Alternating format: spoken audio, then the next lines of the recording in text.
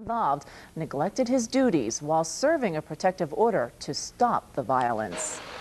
2 days before Christmas in 1997, Ronald Norman fatally shot his wife Judy and then himself. The murder-suicide left Tiara Johnson and Brittany Tucker, who were 11 and 7 at the time, orphans. Even more tragic is that the fatal shootings may have been prevented. Just hours before, a Civil Bureau officer had served a protective order at the Norman home.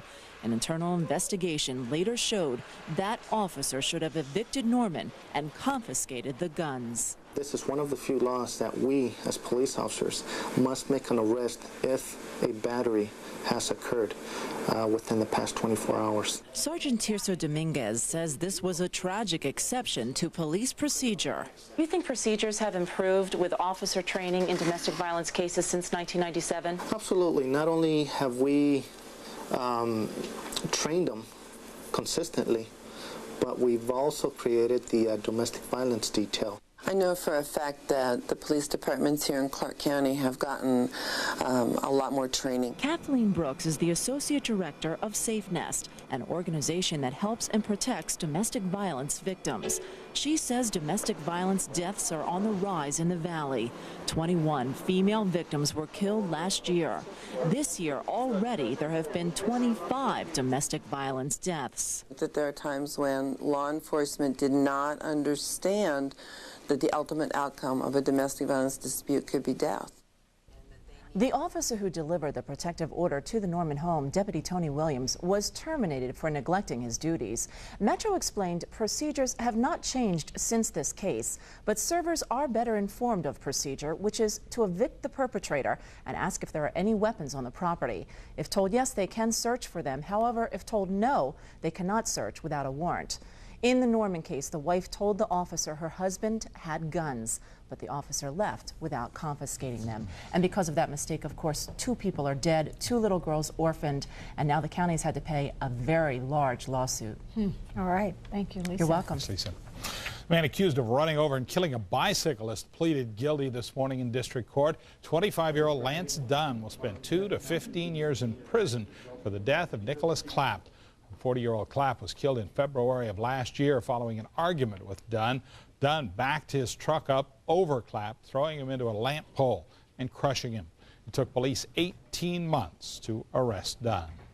When local mortgage broker Richard Wood was murdered last week, he left a list of angry creditors. Some of those people thought Wood deserved to die because of the torment he caused them. Eyewitness News reporter Cindy Caesar joins us with more on this story. Cindy. Well, Polly, many of these people here suffered financially because of Richard Wood. But now police have to figure out if anyone on this list here was angry enough to kill him. Richard Wood was brutally shot to death in his front lawn on Friday, just 2 days after a bankruptcy hearing in federal court. The judge's ruling from that date has not been filed yet, but other documents show that Wood only had over $500,000 in assets and over $6 million in liabilities. It became clear to many investors that they were never going to get their money back, and that angered many people, maybe to the point of murder. Nobody talked about murder, and everybody talked about someday somebody's going to get pissed enough at Richwood and somebody's going to take it into their own hands and do something. I said, well, I hope not before we all get paid. Metro homicide detectives say they will have to go through the lists of people, companies, and government agencies that Wood owed money to and see who had a motive to kill him. At this point, we're looking at everything in his background, his past, his business dealings and associates, to see, who he may have angered to a point that they wanted him dead. The timing of the Wednesday hearing, just days before Wood's murder, has police investigators looking into who might have received bad news in federal court that day. Richard Wood's attorney, bankruptcy attorney, told Eyewitness News that many of these creditors will never see the millions of dollars that they lost to Wood. They can file a claim against his estate, but his attorney says there isn't enough money to go around after this estate has been settled. Polly, Gary, back to you. All right, thank you, Cindy. A woman accused of drunk driving and causing a crash that killed 2 people has changed her plea to guilty. It happened last January on Interstate 15 in last year. Police say Melissa Biba was speeding up to 97 miles an hour in a rented Corvette as she rushed to catch a flight home to Chicago. While trying to pass a pickup truck, Biba hit the other vehicle, killing Dick and Scott of Sandy Valley. The Scott's children are glad Biba pled guilty, but feel she should have faced a trial. There's no way that's enough. I mean, that's not even close. I wish there was a trial. It would have been tough, but she would have been faced with all the evidence. Today's guilty plea means Biba will have to serve at least 6 years and possibly as many as 20 years in prison.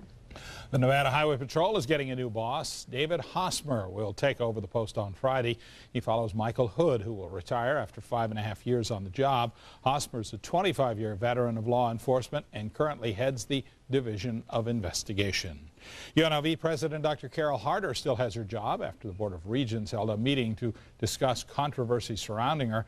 The regents met in public, then retreated behind closed doors to talk about Harder.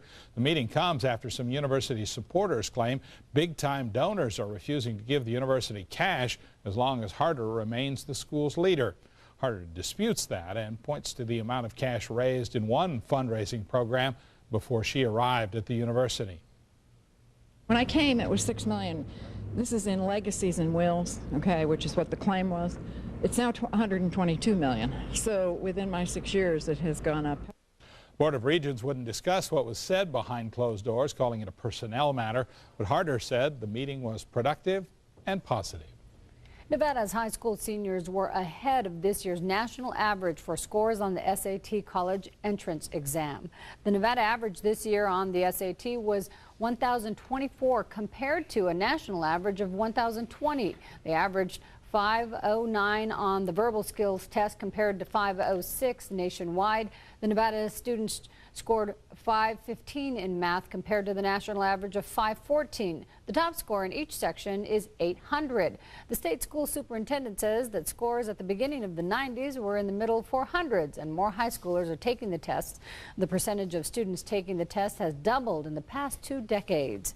With school starting in just 2 days, educators want to make sure parents and their kids feel welcome in West Las Vegas, a neighborhood plagued by violence. The principal and his staff at Kelly Elementary are trying a new approach to welcome the community to the first day of school. Eyewitness News is live with Colleen May at the elementary school, which is near J Street and Lake Mead. Colleen.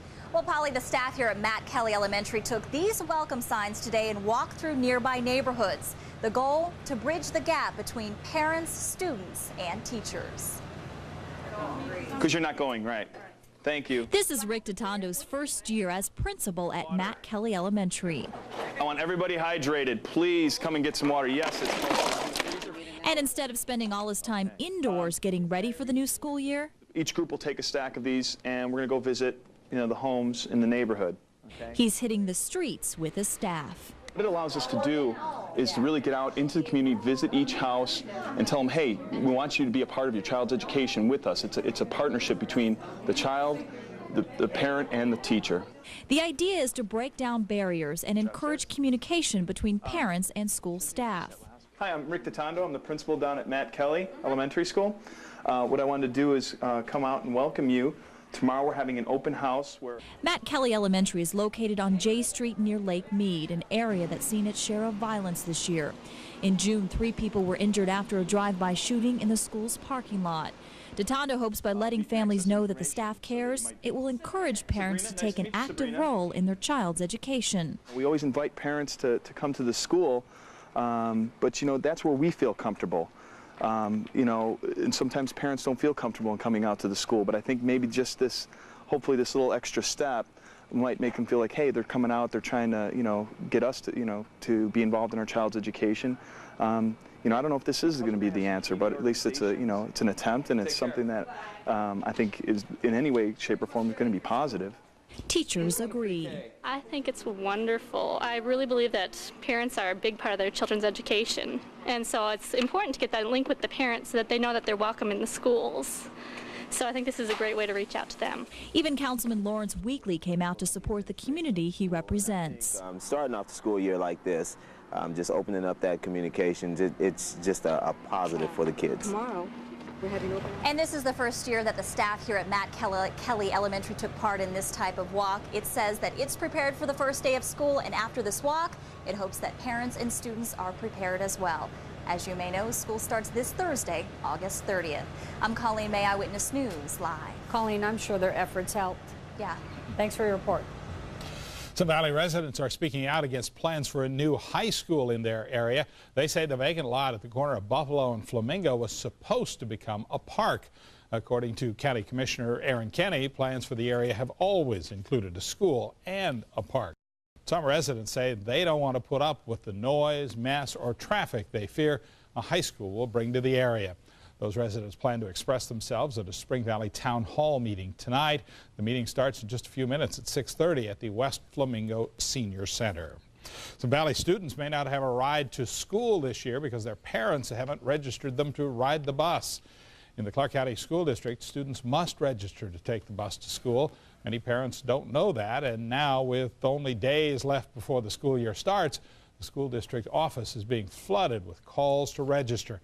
If you haven't registered your child, you can still call the district at 799-8111. They'll register your child over the phone. Students can only ride the bus to school if they're 2 miles or more from their school. Las Vegas-based National Airlines says it's making progress with prospective investors. The troubled airline that's operating under Chapter 11 bankruptcy protection says it could file a restructuring plan by mid-October. This is a live picture of a National Airlines jet at McCarran International Airport from Chopper 8. Airline officials appeared at a court hearing today to report on the company's progress in finding a buyer. National says it has the support of investors in the restructuring plan, including Harrah's Entertainment. National hasn't said which companies may be involved in the buyout. Coming up, a solution for parents if they've ever wondered if their kids are telling the whole truth about their school day. Next in 8 Online, how parents connected with the internet can keep an eye on the kids all day long. Also ahead, one of the fire department's MVPs calls it quits. And the famous Las Vegas entertainer talks about the short life of a music star who died last weekend. First though, Kevin Jennison's here with our first look at the weather. Hot, hot, hot. Yeah, we're flirting with a record high again today, Gary, but things are expected to cool down. In fact, I think you're going to like what we have in store for the 3-day holiday weekend. We'll get you caught up on all your neighborhood weather, too. Those details coming up in just a couple of minutes. Eyewitness News will be right back. You're watching Eyewitness News with Paula Francis and Gary Waddell.